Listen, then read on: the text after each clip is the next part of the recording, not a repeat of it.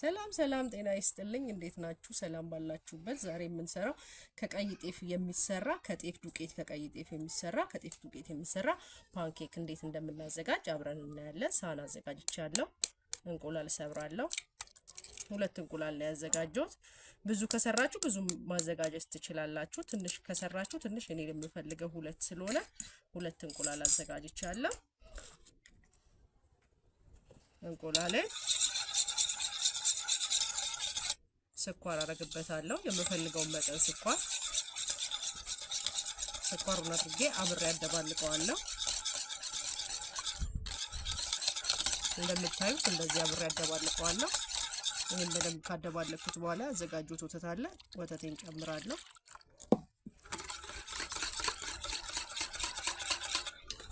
ወተቱን እንደዚህ አብሮ ማደባለቅ አንድ ላይ ማለት ነው ከዛ ትንሽ ቫኒላ እንጨምራለን ቫኒላ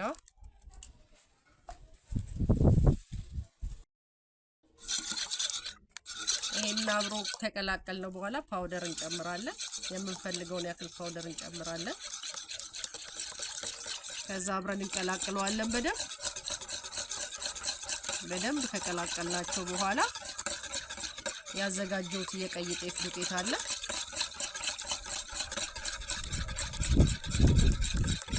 እንደዚህ ካቀላቀልነው በኋላ ያዘጋጀሁትን የቀይ ጤፍ ዱቄት ነው ቀይ ጤፍ ዱቄቱን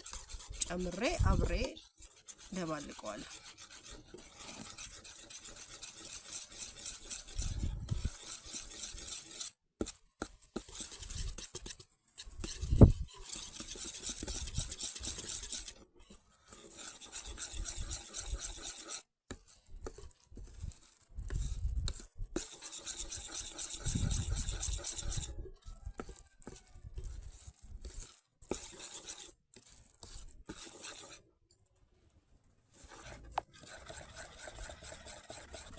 አሁን አያችሁት በመንፈልገው መጠን ተዋህዶ ተደባልቆ አልቋል ከዛ መጥበሻችንን ያዘጋጀነው መጥበሻ አለ መጥበሻችንን ጥደናል መጥበሻችን ላይ ትንሽ ዘይት እናደርጋለን እንትንም ቅቤ መጠቀም ይችላል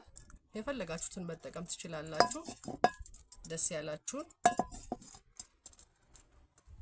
አሁን ያዘጋጀነው መጥበሻ ላይ በመንፈልገው መጠን እናደርጋለን ማለት ነው ትንሽ የፈለገ ትንሽ ትልቅ የፈለገ ትልቅ በመፈልጉት መጠን ያደረጋችሁ መስራት ማለት ነው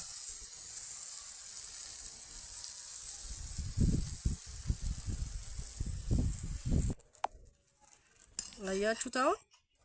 ይሄንን እንገለብጠዋለን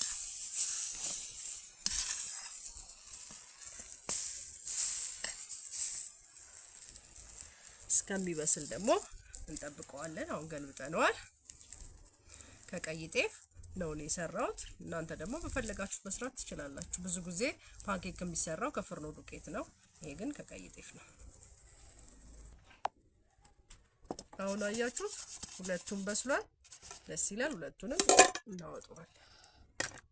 ያው በመፈልጉት መጠን መስራት ትችላላችሁ ማለት ነው ቀለል ያለ ጧት ለልጆች የሚሆን ቁርስ ማለት ነው